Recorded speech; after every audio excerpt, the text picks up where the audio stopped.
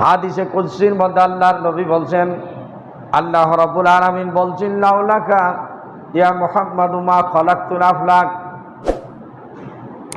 ফিন নারি ওয়াল জান্নাতি। আল্লাহ রাসূল বলছেন এবং আল্লাহ পাকের ভাষা যে, হে মুহাম্মদ, আমি যদি আপনাকে সৃজন না করতাম তাহলে পৃথিবীর কোনো কিছুই সৃষ্টি হইতো না, এমনকি জান্নাত জাহান্নাম আদমকেও আমি সৃষ্টি করতাম না। জোরে বলি সুবহানাল্লাহ। তাহলে যখন কিছুই ছিল না তখন আমার নবী ছিলেন। তিরমিজি বাবু মাজা মিলাদুন নবী। আগামী 16ই সেপ্টেম্বর আমাদের দেশে ঈদে মিলাদুন নবী পালিত হবে। আল্লাহর নবীর আবির্ভাবের কারণে মানুষ আনন্দ করবে যে রসুল যে এসেছেন, নবী এসেছেন, এই জন্য তারা আনন্দিত হবে। কেন তারা আনন্দিত হবে? তখন থেকে তিনি কখন থেকে নবী ছিলেন এবং এই আনন্দের ব্যাপারে আল্লাহ পাক কোরআনে কারিম সূরা ইউনূস 58 নম্বর আয়াতে বলছেন, কুল বিফাদিলিল্লাহি ওয়া বিরহমাতিহি ফাবিযালিকা ফালিয়াফরাহু হুয়া খায়রুম মিম্মা ইয়াজমাউন।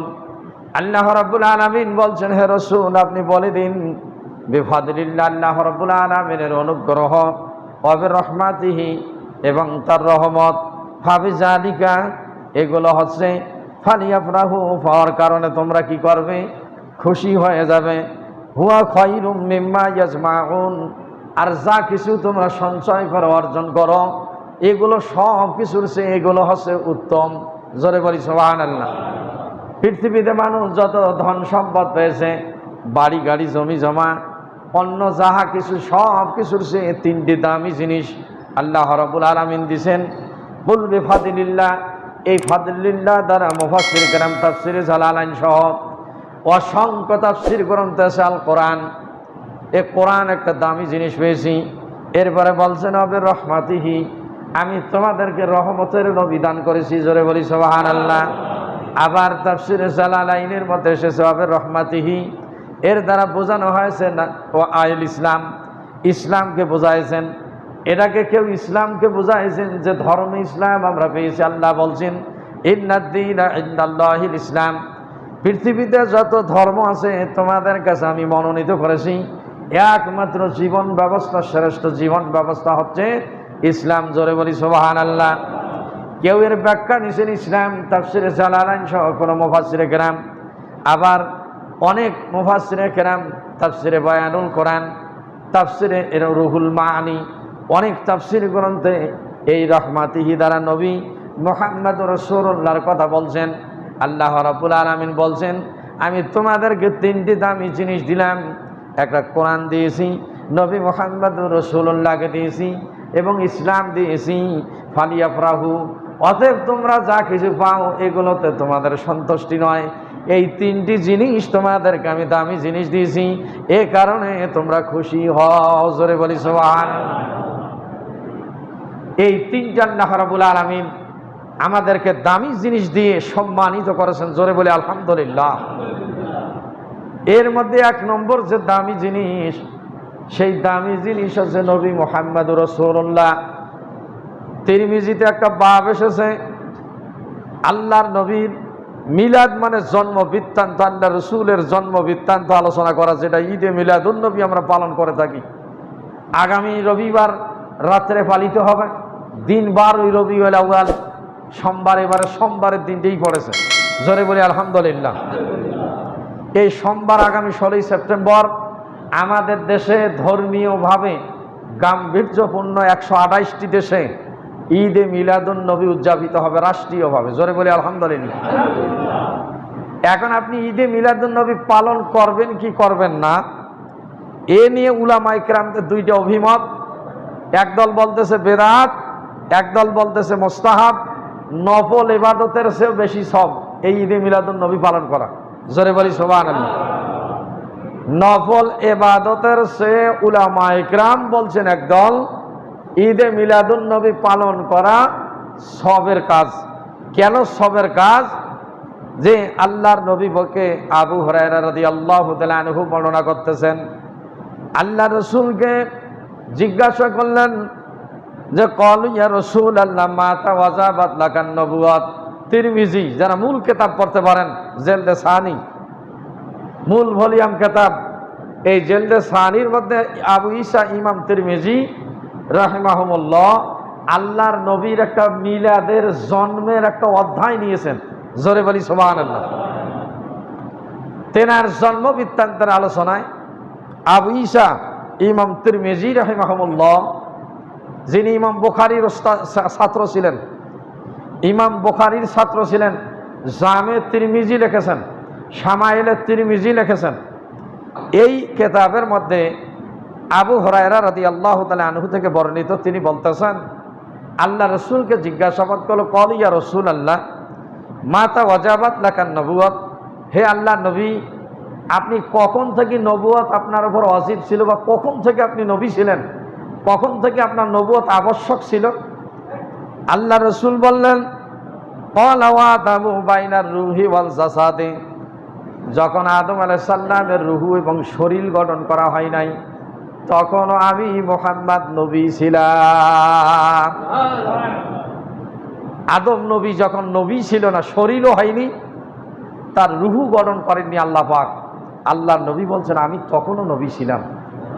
এবং আল্লাহ রসুল বলছেন আনা মিনাল্লাহ, আমি আল্লাহর পক্ষ থেকে এসেছি, কুল্লুম মিন নূরিহি, এবং আমার নূর দিয়ে সব কিছু তৈরি করা হয়েছে। আবার আল্লাহ রসুল বলছেন আনা আউয়ালু খালাকাল্লাহু মিন নূরি ওয়াজহি, সিরুল আসরারের মধ্যে এসেছে। আবার অনেক এরকম দালাইলুন নবুয়তের মধ্যে এসেছে আল্লাহ পাক তার চেহারার নূর দ্বারা সর্বপ্রথম আমাকে সৃজন করেছেন এবং আমার নূর দিয়ে সমস্ত কিছু তৈরি করেছেন। জোরে বলি সুবহানাল্লাহ। তাহলে রসুলের নূর দিয়ে সব কিছু তৈরি। তখন কোরআনও ছিল না, আদমও ছিল না, পৃথিবীও ছিল না। জোরে বলি সুবহানাল্লাহ। এই জন্য অনেক মুফাসসিরে কেরাম, মুহাদ্দিসিনে কেরাম, উলামায়ে কেরাম, ফুকাহায়ে কেরাম বলছেন রমজান মাসের চেয়ে এই মাসটা শ্রেষ্ঠ মাস, রসুলের আবির্ভাবের মাস। যে রসুলকে তৈরি না করলে আল্লাহ পাক কিছুই তৈরি করতেন না, জান্নাত জাহান্নাম আদমও তৈরি হইতো না। আমাদের একদল উলামায়ে কেরামও বলছেন এখন রসুল নূরের তৈরি না মাটির তৈরি, এ নিয়ে বাকবিতণ্ডা রয়েছে, এমনকি ঝগড়াঝাড়ি আছে। ইন্টারনেটে হয়তো আপনারা দেখছেন, একদল বলছে নূরের তৈরি, একদল বলছে মাটির তৈরি, মারামারি পর্যন্ত আছে। জোরে বলি নাউজুবিল্লাহ। এখন এটা নিয়ে ফিতনা সৃষ্টি করার কথা বলা হয়নি, রসুল নূরের তৈরি না মাটির তৈরি। এখন এই যে আল্লাহ রসুল আদম যখন তৈরি হয়নি, আপনারা ভালো করে বুঝবেন, তখনও আল্লাহ পাক রসুল বলছেন তখন আমি নবী ছিলাম। তাহলে কিভাবে ছিল? জোরে বলি সুবহানাল্লাহ। তাহলে আপনি রসুলকে কেমনে মাটির বলতে পারেন? আদম তো তখন তৈরি হয়নি। তিরমিজির হাদিস আল্লাহ নবী বলছেন মাতা ওয়াজাবাত লাকান নবুওয়াত, বলছেন ওয়ালা আদামু বাইনার রূহি ওয়াল জাসাদে। আমার অন্য রিওয়ায়াতে বলছেন কুনতু নাবিয়ান ওয়ালা আদামু বাইনাল মাই ওয়াত তিন। যখন আদম আলাইহিস সালাম মাটি এবং পানির মধ্যে ছিল, তখনও আমি মুহাম্মদ নবী ছিলাম। জোরে বলি সুবহানাল্লাহ। তাহলে আদম তৈরি হওয়ার আগেও তিনি নবী। তাহলে সেই নবীকে যদি মাটির তৈরি বলেন, তাহলে এটা খালি আমাদের মতো মাটির তৈরি বললে তাহলে আকীদা নষ্ট হয়ে যাবে, গুনাহ হয়ে যাবে। জোরে বলি নাউজুবিল্লাহ।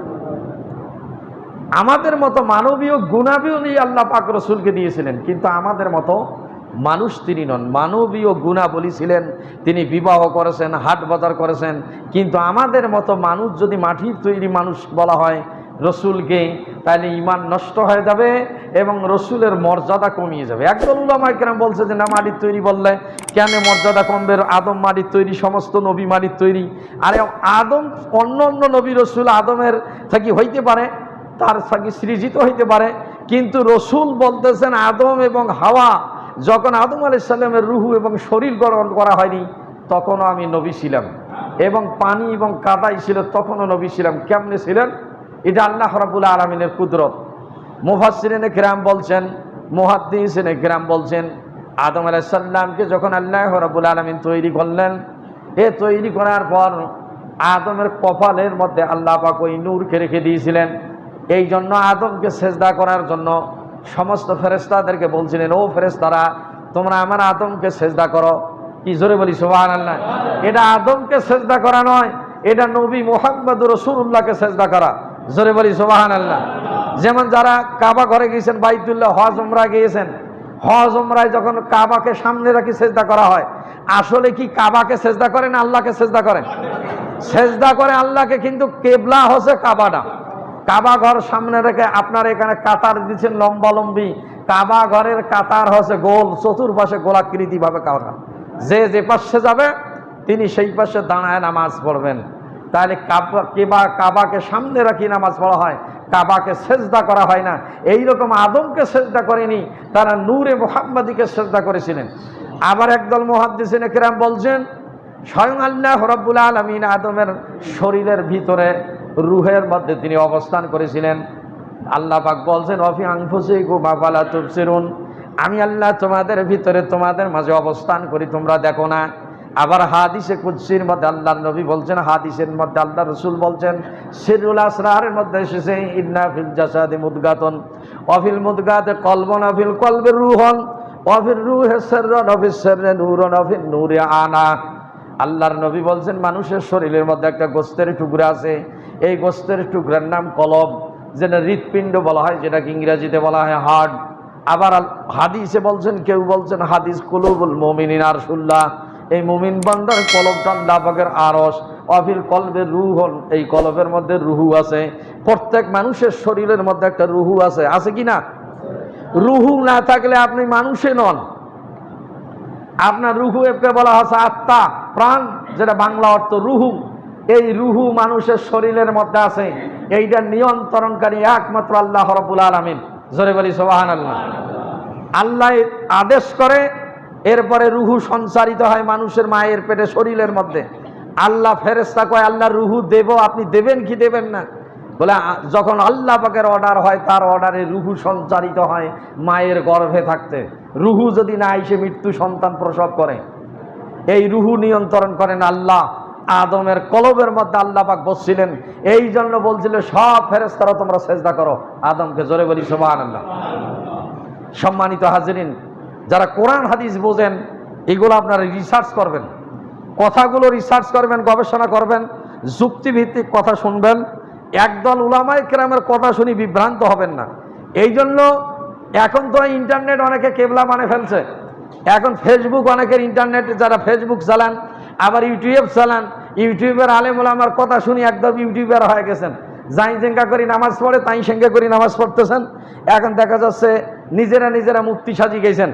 এখন এভাবে নিজে নিজে মুফতি সাজিয়ে দেখা যাচ্ছে বিভ্রান্ত হয়ে যাচ্ছেন। স্বর্ণকার স্বর্ণ বুঝে, আলেম আলেমকে বুঝে, জাহেল জাহেলকে বুঝে, ব্যবসায়ী বুঝে। এখন যাই যেটা যোগ্যতা রাখে না, সেটা তার যাচাই করাই ঠিক নয়। এই জন্য আলেম না হইয়া আলেমদের ভুল ধরা, আলেম না হইয়া আপনি সমালোচনা করা, যোগ্যতা না রাখিয়ে সেই বিষয়ে আপনি এরকম কিছু ফতুয়া দেওয়া, এটা চরম একটা নেহায়েত মূর্খতা এবং চরম ভুল। জোরে বলি নাউজুবিল্লাহ। এই দিকে আগায়ে যাবেন না। তা আল্লাহ রসুলের নূরের ব্যাপারে অসংখ্য দলিল আছে। সাধারণ মানুষের মতো যদি কন যে আমাদের মতোই নবী, আমাদের মতোই মাটির তৈরি, তাহলে গোনা হয়ে যাবে। তবে আল্লাহ পাক বলছেন, কুল বাস আনা বাশারুম মিসলুকুম, হে রসুল আপনি বলুন আমি তোমাদের মতোই মানুষ। কিন্তু কেন বলছেন? আবার বলছেন, কুল আনা বাশারুম মিসলুকুম ইউহা ইলাইয়া আন্নামা ইলাহুকুম ইলাহুন ওয়াহিদ। এই দলিল দিয়ে অনেক উলামায়ে কেরাম বলে, রসুল বলছেন আনা বাশারুম মিসলুকুম, আমি তোমাদের মতো মানুষ, কিন্তু আমার কাছে ওহী আসে, তোমাদের কাছে ওহী আসে না। জোরে বলি সুবহানাল্লাহ। তাহলে কেমনে আমাদের মতো মানুষ হয়? মানবিক গুণাবলী আল্লাহর নবীর কাছে ছিল, এই জন্য আমাদের মতো মানুষ। আবার মুফাসসিরে কেরাম এই আয়াতের ব্যাখ্যায় বলছেন, আল্লাহর নবী দুনিয়ার মধ্যে সবচেয়ে বিনয়ী এবং নম্রতা প্রদর্শন করেছিলেন। তার মধ্যে দাম্ভিকতা ছিল না, অহংকার ছিল না। আল্লাহর নবীকে জিজ্ঞাসাবাদ করা হয়েছিল, ইয়া রাসূলুল্লাহ, আপনার নবীদের মধ্যে উত্তম মানুষকে? আল্লাহ রসুল বলছেন ইব্রাহিম আলাইহিস সালাম। জোরে বলি সুবহানাল্লাহ। তিনি নিজের কথা না বলিয়ে ইব্রাহিম আলাইহিস সালামের কথা বলছেন, নিজের কথা অনেক হাদিসে বলছেন। এটা বিনয় নম্রতা, যেন তার মধ্যে অহংকার প্রদর্শন না আসে। এই জন্য আল্লাহ রসুল বলছেন, আমি তোমাদের মতোই মানুষ, কিন্তু এতটুকু পার্থক্য, আমার কাছে ওহী আসে, তোমাদের কাছে ওহী আসে না। জিবরাইল ওহী নিয়ে নবীদের কাছে একমাত্র আসে। আয়েশা সিদ্দিকা রাদিয়াল্লাহু তাআলা আনহা বলছেন, আল্লাহর নবী যখন আমার ঘরে ঢুকতো, এরকম অন্ধকার ঘর আলোকিত হয়ে যেত। আর যখন আলোকিত হয়ে যেত, আমি এরকম কাপড় সেলাই করা সুই আমি খুঁজিয়ে পাইতাম না। আল্লাহর নবীর চেহারার নূর দিয়ে আমি খুঁজিয়ে পাইতাম। আবার হাদিস শরীফে এসেছে, তাফসিরে বয়ানুল কোরআন খুলে দেখেন, কিতাবে এসেছে, আল্লাহর নবীর সূর্যের আলো এরকম তার ছায়া ফেলতে পারতো না, চন্দ্রের আলো দিয়ে ছায়া ফেলতে পারতো না। জোরে বলি সুবহানাল্লাহ। রসুলের ছায়া ছিল না। সূর্যের আলো, চন্দ্রের আলো তার আলোর কাছে ক্ষীণ হয়ে যেত। এই জন্য আল্লাহর নবীর নূর তাদের সে বেশি প্রজ্বলিত ছিল। এই জন্য দুনিয়াতে কোনো রসুলের ছায়া ছিল না। জোরে বলি সুবহানাল্লাহ। এই জন্য বলা হয়েছে, নবী আউয়ালু খালাকাল্লাহু মিন নূরি ওয়াজহি। আল্লাহ রসুল বলছেন, সর্বপ্রথম আমার নূরকে তৈরি করেছেন। আবার বলছেন, আনা নূরুল্লাহ, আমি আল্লাহ পাকের নূর, কুল্লু শাইয়্যিন মিন নূরিহি, আমার নূর দিয়ে সব কিছু বানানো হয়েছে। আনা নূরুল্লাহ কুল্লু মুমিনুন মিন নূরিহি, আমার সমস্ত নূর দিয়ে পৃথিবীর সব মুমিনকে বানানো হয়েছে। আবার তাফসীরে বায়ানুল কোরআনের মধ্যে এসেছে যে আমাকে আল্লাহ পাক যদি তৈরি না করতেন, আদমকেও তৈরি করতেন না, এমনকি জান্নাত জাহান্নাম কিছুই হইতো না। জোরে বলি সুবহানাল্লাহ। সম্মানিত হাজিরিন, সেই নবীকে পায়া আল্লাহ রসুল বলছেন, আল্লাহ পাক বলছেন, আমি তোমাদেরকে রহমত দিয়েছি, এই রহমতের নবী। আবার হাদিসে আছে, গুনিয়াতুত তালেবিন বাড়িতে যদি থাকে, কেতাব খুলে দেখেন, আল্লাহর নবী যেই দিন জন্মগ্রহণ করেছিলেন, এই দিন শয়তান গভীরভাবে ক্রন্দন করেছেন। জোরে বলি সুবহানাল্লাহ। আবার বেদায় আবার নেহায়াত দ্বিতীয় খণ্ড, শয়তান 3 দিন কেঁদেছেন, চরমভাবে কেঁদেছেন, কঠিনভাবে ক্রন্দন করেছেন। যেই দিন তাকে লানত দেওয়া হয়েছে, অভিশাপ দেওয়া হয়েছে, তুমি এরকম লানত প্রাপ্ত, তোমার সমস্ত আমল বরবাদ। 6 লক্ষ বছর ইবাদত করেছিলেন, সেই দিন শয়তান কেঁদেছে, আমার জিন্দেগির সব আমলগুলো বরবাদ। 2 নম্বর, যেই দিন নবী মুহাম্মদুর রাসূলুল্লাহ জন্মগ্রহণ করেন, সেই দিন শয়তান গভীরভাবে ক্রন্দন করেছেন। 3 নম্বর, আল্লাহর নবী বলেছেন, যেই দিন সূরা ফাতিহা বিসমিল্লাহ সহ নাজিল হয়, সেই দিন শয়তান গভীরভাবে ক্রন্দন করেছেন। জোরে বলি সুবহানাল্লাহ। আল্লাহর নবী বলছেন, এই রহমতের নবী, তে নবী আসার কারণে শয়তান কেঁদেছেন যে এই নবীর অধিকাংশ উম্মত হবে জান্নাতি। কি আলহামদুলিল্লাহ বলেন?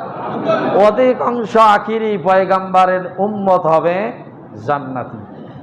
সেই নবীর ভালোবাসা লাগবে পেয়ারা হাজিরিন।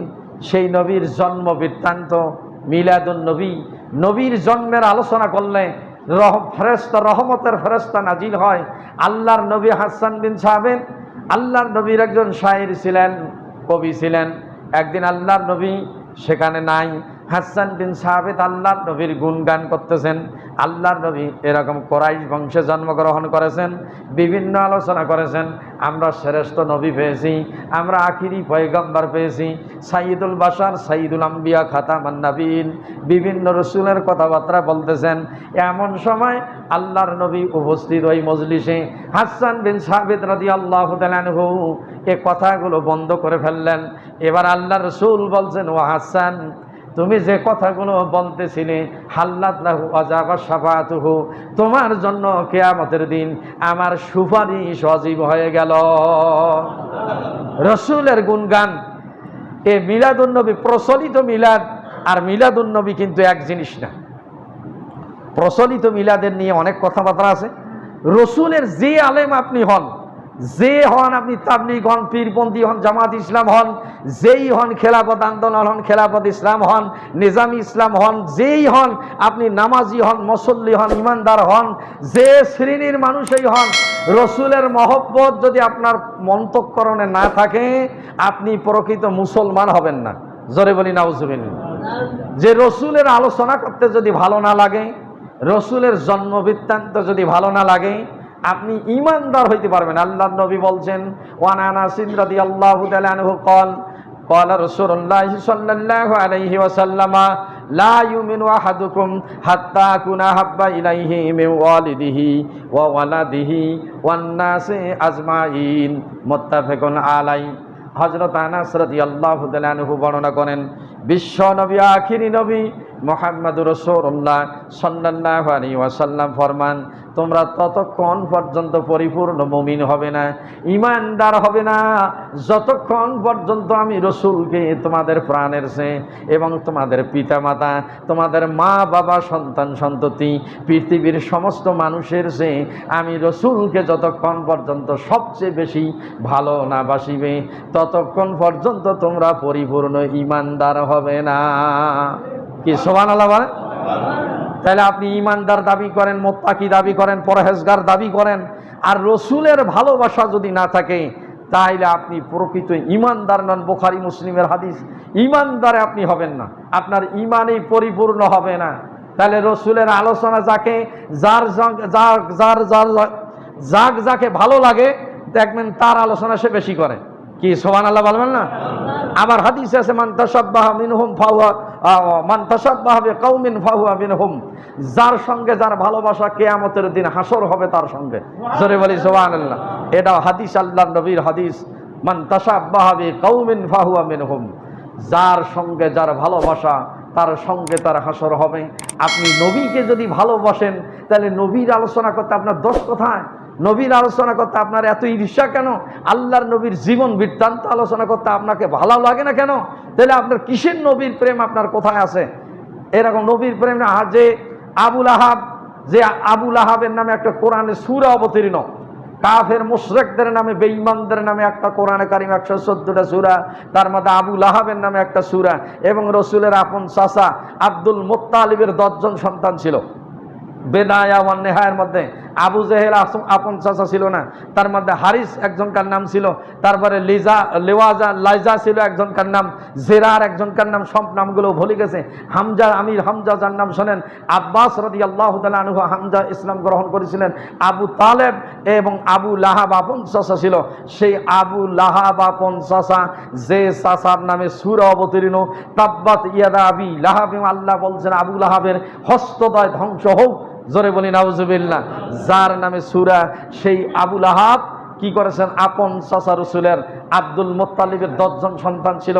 বেদায়া ওয়ান নাহায়ার মধ্যে এসেছে, ইসলামের ইতিহাসে এসেছে, আব্দুল মুত্তালিব আল্লাহর কাছে মান্নত করছিল, আল্লাহ যদি আমার 10টা সন্তান যুবক অবস্থায় আমি দেখতে পাই তাহলে আমি আমার একটা সন্তানকে কোরবানি করব। এই আব্দুল মুত্তালিব বেদায়া ওয়ান নাহায়া তারিখুল ইসলামের মধ্যে এসেছে। তিনি 10 জন সন্তান যখন যুবক অবস্থায় জীবিত পাইলেন, একজন কাকে কোরবানি করার মান্যত করেছেন। এখন কাকে কোরবানি করবে এই 10 সন্তানের মধ্যে? এরকম 2 বার লটারি, 3 বার লটারি করা হয়, বারবার কি করে আব্দুল্লাহর নাম আসে। এই আব্দুল্লাহ তার মধ্যে শ্রেষ্ঠ সন্তান, রসুলের পিতা আব্দুল্লাহ। এখন তাকে কেমনে কোরবানি করে, কাদের সঙ্গে পরামর্শ করা হয়? এই পরামর্শের ক্ষেত্রে আব্দুল্লাহ কি করলেন? আব্দুল মুত্তালিব চিন্তা করলেন, কাবা ঘরে যাইয়া তিনি এরকম ক্রন্দন করা শুরু করে দিলেন। 10 সন্তানের 1 সন্তানকে তিনি কোরবানি করবেন, এরকম তাকে পরামর্শ দেওয়া হলো। এই সন্তানগুলোর নাম আর 100 উটের নাম এক পাশে দেন। দেখা যায় এরকম 3 বার যখন আব্দুল্লাহর নাম ওঠে, বলেন 10 সন্তানকে যদি আপনি শ্রেষ্ঠ সন্তানকে কোরবানি করেন, এটা হইতে পারে না। এবারে 100 উটের নাম দেওয়া হলো, 100 উট এক পাশে আব্দুল্লাহর নাম দেওয়া হলো। এভাবে কোনো মুফাসসির কেরাম বলছেন, বেদায়া ওয়ান নিহায়ের মধ্যে 3টা রিওয়ায়াত বর্ণিত আছে, 3 বার এরকম লটারি করা হয়। 100 উট, 200 উট কিংবা 300 উট যেবার দিয়েছেন, সেইবার আব্দুল্লাহর নাম বাদ দিয়ে এরকম 300 উটের নাম উঠেছে। জোরে বলি সুবহানাল্লাহ। কেউ বলছেন 100 উট কোরবানি করেছে, এরপর আব্দুল্লাহ জীবিত ছিল, এই জন্য আল্লাহর নবীকে ইবনু যুবহাইন বলা হয়। এই আব্দুল মুত্তালিব তার দাদা, আব্দুল্লাহ তার পিতা। এই আব্দুল্লাহর ওরসে আল্লাহর নবী এসেছিলেন। যেই দিন এরকম আব্দুল্লাহ সিরিয়ায় ব্যবসার জন্য গিয়েছিলেন। 100 মহিলা তাকে বিবাহের প্রস্তাব দিয়েছিল। ইসলামের ইতিহাসে এসেছে আব্দুল্লাহকে 100 মহিলা যখন বিবাহের প্রস্তাব দিল, পরবর্তীতে তিনি যখন সিরিয়ায় গিয়েছিলেন তখন কি করে আর কোনো মহিলা বিবাহের প্রস্তাব দেয় না। তখন আব্দুল্লাহকে জিজ্ঞাসা করেছিলেন, আপনি কি বিবাহ করেছেন? বলে, হ্যাঁ আমি বিবাহ করেছি। জোরে বলি সুবহানাল্লাহ। তাই এই জন্য আপনার চেহারার পেশানির মধ্যে আমরা একটা নূরের ঝলক দেখতে পেয়েছিলাম, এখন আর দেখি না। নিশ্চয়ই আপনার স্ত্রীর গর্ভের মধ্যে চলে গেছে। জোরে বলি সুবহানাল্লাহ। এই ইসমাইলের বংশে আল্লাহর নবী জন্মগ্রহণ করেছেন। ইব্রাহিমের বংশে, ইসমাইলের বংশে ইসহাক বলা হয় বনি ইসরাইলের বংশধর। বনি ইসরাইলের বংশধর আলাদা। আমাদের নবী ইসমাইলের বংশে জন্মগ্রহণ করেছিলেন। ইসমাইল আলাইহিস সালামকে আল্লাহ পাক কি করেছেন? দুম্বার পরিবর্তে কোরবানি থেকে তাকে বাঁচাই দিয়েছেন। কি সুবহানাল্লাহ বলবেন না? দুম্বা কোরবানি হয়, ইসমাইল কোরবানির জন্য প্রস্তুত ছিলেন, কিন্তু আল্লাহ পাক ইসমাইলকে বাদ দিয়ে দুম্বা কোরবানি দিয়ে এই জন্য আল্লাহর নবীকে বলা হয় ইবনু জবিহাইন, 2 জবেহের সন্তান। জোরে বলি সুবহানাল্লাহ। তিনি বিখ্যাত কুরাইশ বংশে জন্মগ্রহণ করেছেন এবং সেই বংশ ছিল সবচেয়ে আরবদের মধ্যে বিখ্যাত বংশ। আল্লাহর নবীর বংশের একটা বিশাল মর্যাদা আছে, বংশের একটা টান আছে, এই বংশ মর্যাদা। এই জন্য তিনি যে সম্ভ্রান্ত বংশে একটা জন্মগ্রহণ করেছিলেন, এই আখিরি পয়গম্বর মুহাম্মদুর রাসূলুল্লাহ সাল্লাল্লাহু আলাইহি ওয়াসাল্লাম, তিনি সোমবারের দিন জন্মগ্রহণ করেন। এই সোমবার এবারও সেই 16 সেপ্টেম্বর সোমবার এসেছে। বেদায়া ওয়া নেহায়ের মধ্যে কমপক্ষে সোমবারের 6টার কথা বলা আছে। সোমবারের তিনি জন্মগ্রহণ করেছেন, হিজরত করেছেন সোমবার, বিবাহ হয়েছে সোমবার, সর্বপ্রথম ওহী নাজিল হয়েছে সোমবার। এরকম সোমবারের অনেক মর্তবা আছে। আল্লাহর নবী সোমবার রোজা রাখতেন, বৃহস্পতিবার রোজা রাখতেন। সাহাবা আজমাইন জিজ্ঞাসা করেন, কেন আপনি রোজা রাখেন? বলে, সোমবার একটা আল্লাহর দরবারে আমাদের আমলগুলো পৌঁছে, আর একটা বৃহস্পতিবার জুমার দিনে শেষ এরকম রাত্রি আসায় আমলগুলো পৌঁছে যায়, এই জন্য আমি রসুল রোজা রাখি। জোরে বলি সুবহানাল্লাহ। এটা রসুলের সুন্নত। এখন আমাদের জন্য হচ্ছে নফল। আপনি ইচ্ছা করলে রাখতে পারেন, নাও রাখতে পারেন। সম্মানিত হাজিরিন, এই রসুলের জন্ম বৃত্তান্ত, এটাকে নাম বলা হয়েছে মিলাদুন নবী। তিনি যে আবুল আহাবের কথা বলতেছিলেন, আল্লাহর নবী যেই দিন জন্মগ্রহণ করে সেই দিন কি করেছিলেন আবুল আহাব? আঙ্গুলের ইশারায় সোয়াইবিয়া নামে একজন দাসী ছিল। বেদায়া ওয়া নেহায়া আছে, ইসলামের ইতিহাসের মধ্যে আছে এবং হাদিসের মধ্যে এসেছে।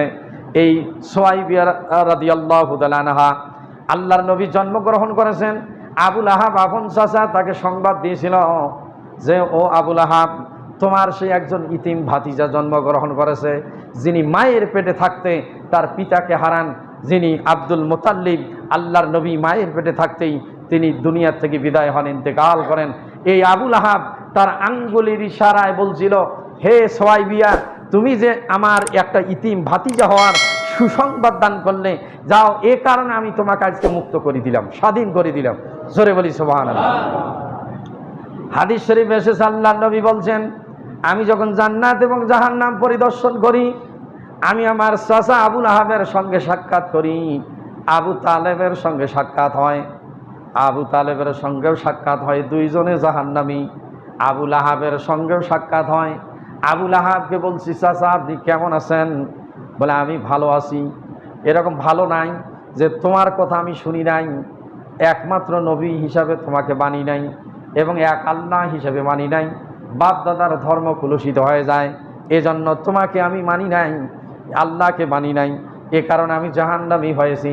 তবে আল্লাহ পাক আমার প্রতি একটা অনুগ্রহ করেছেন। বলে, কি অনুগ্রহ? বলে, তুমি যেই দিন জন্মগ্রহণ করেছিলে সেই দিন যে দাসীটা আমার সোয়াইবিয়া, সেই দাসীটা আমাকে যে সংবাদ দিল, এই দাসীকে আমি আঙ্গুলের ইশারায় মুক্ত করে দিয়েছি। আল্লাহ রাব্বুল আলামিন এই আঙ্গুল দিয়ে প্রত্যেক সোমবারের দিন, যেই দিন তুমি জন্মগ্রহণ করেছিলে, আঙ্গুল দিয়ে আমার পানি বের হয়, আর এই পানি আমি পান করি। আর প্রত্যেক সোমবারের দিন আল্লাহ রাব্বুল আলামিন আমার আযাবকে এ কারণে হালকা করে দেয়। তাহলে একটা মুশরিকের আযাব যদি আল্লাহর নবীর জন্মের কারণে এই আনন্দে তিনি যদি এই আযাব হালকা হয়ে যায়। তাই আল্লাহ রসুল রবিউল আউয়াল মাসে এসেছেন, আপনি মনে মনে এই রসুলকে পাওয়ার কারণে যদি খুশি হন যে আমরা শ্রেষ্ঠ নবী পেয়েছি, আখিরি নবী পেয়েছি, যার পর কোনো নবী নাই, সেই নবীর উম্মত হতে পেরেছি, এতে আমরা আনন্দিত। জোরে বলে আলহামদুলিল্লাহ। এ খুশিটুকু কি হওয়া কি না জায়েজ আছে? সম্মানিত হাজিরিন, এই রসুলের আবির্ভাবের দিনে রসুলের শানে দরুদ পড়বেন। যে দরুদ ভালো লাগে, রসুলের সেই দিনই তিনি তিরোধান করেছেন, দুনিয়া থেকে ইন্তেকাল করেছেন, তার সবরে সানি করবেন। সব উলামায়ে কেরাম বলছেন এটা নফল ইবাদতের সমান সব, তবে একদল উলামায়ে কেরাম বলছেন এটা বেদাত। এখন এই বেদাতের আলোচনা আমি যাইতে চাচ্ছি না। বেদাতের সমাজে অসংখ্য বেদাত আছে, এগুলোর ব্যাপারে অনেকে কোনো কথা বলে না, কিন্তু দেখা যাচ্ছে এই ঈদে মিলাদুন্নবী পালন করা বেদাত, মিলাদ পড়া বেদাত, অনেক বেদাত এরকম খালি বেদাত বেদাত, মুনাজাত করা বেদাত, ফরজ নামাজের পর মুনাজাতও করে না। আবার অনেক বেদাত প্রচলিত আছে, তারা নিজেরা পালন করে এবং এইগুলো করে, যেগুলো দেখা যাচ্ছে অনেক তারা ধামধমের সঙ্গে আদায় করে, কিন্তু এগুলো করে না। আজকে রসুলের জামানায় কওমি মাদ্রাসা ছিল না, আলিয়া মাদ্রাসা ছিল না, চেয়ার টেবিলে লেখাপড়া ছিল না, আজকে ঘড়ি চশমা রেডিও ফ্যাক্স ইন্টারনেট এগুলো ছিল না, নির্বিঘ্নে পালন করে। কি কথা বলেন? কত বেদাত হাসানা আর সাইয়্যা আছে, কিন্তু সব বেদাতে যদি আপনি সাইয়্যা বলেন, যারা বোঝেন এগুলো, তাহলে হয় না। আল্লাহ রসুলের যে আল্লাহ পাক এমন কোনো কাজ নাই যে তার উপর দায়িত্ব বর্তায় কাজ করে, এরকম কোনো হাদিস কোরআনে আসেনি, কিন্তু একটা কাজ আল্লাহ পাক নিজে স্বয়ং করেন। কি সুবহানাল্লাহ বলবেন না? সে কাজটা কি করেন? আল্লাহ বলছেন ইন্নাল্লাহা ওয়া মালাইকাতাহু ইউসাল্লুনা আলান নবী ইয়া আইয়ুহাল্লাযীনা আমানু সাল্লু আলাইহি ওয়া সাল্লিমু তাসলিমা।